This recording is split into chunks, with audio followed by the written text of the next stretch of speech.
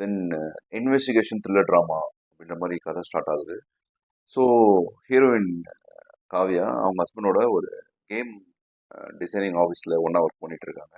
தன்னோட காம்பீட்டரான 3 பேரையும் தோக்கடிச்சு best game designer அவார்டுன்ற வாங்குறாங்க. அன்னைக்கு நைட்டு தான் இந்த attack. This web series ready start promising.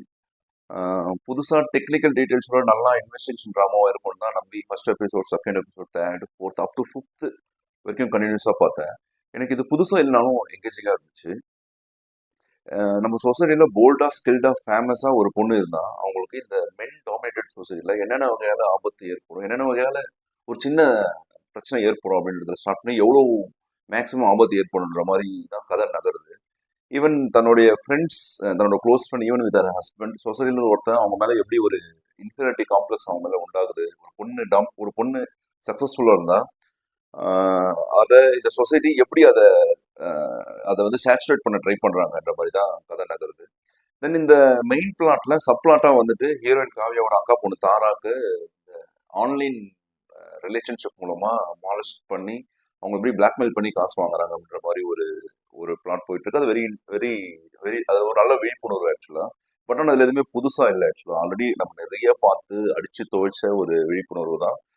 அதுல பர்டிகுலர் இன்னொரு விஷயம், அப்பா அம்மா இல்லாத பொண்ணுங்க தான் இது ரொம்ப அதிகமா நடக்குது. யாரும் கவனிப்பார் இல்லாத பொண்ணுங்க தான் இது அதிகமா நடக்குது. எக்ஸ்ட்ரா விழிப்புணர்வு நம்ம முன்னாடி சொன்ன மாதிரி ஆல்ரெடி நிறைய படத்துல காட்டியிருக்காங்க. ஸோ செகண்ட் திங், அது தவிர்த்து நம்ம ஹீரோயின் ஸ்ரதா ஸ்ரீநாத் ரியலி அந்த பிளேட பர்ஃபெக்டா ப்ளே பண்ணியிருக்காங்க.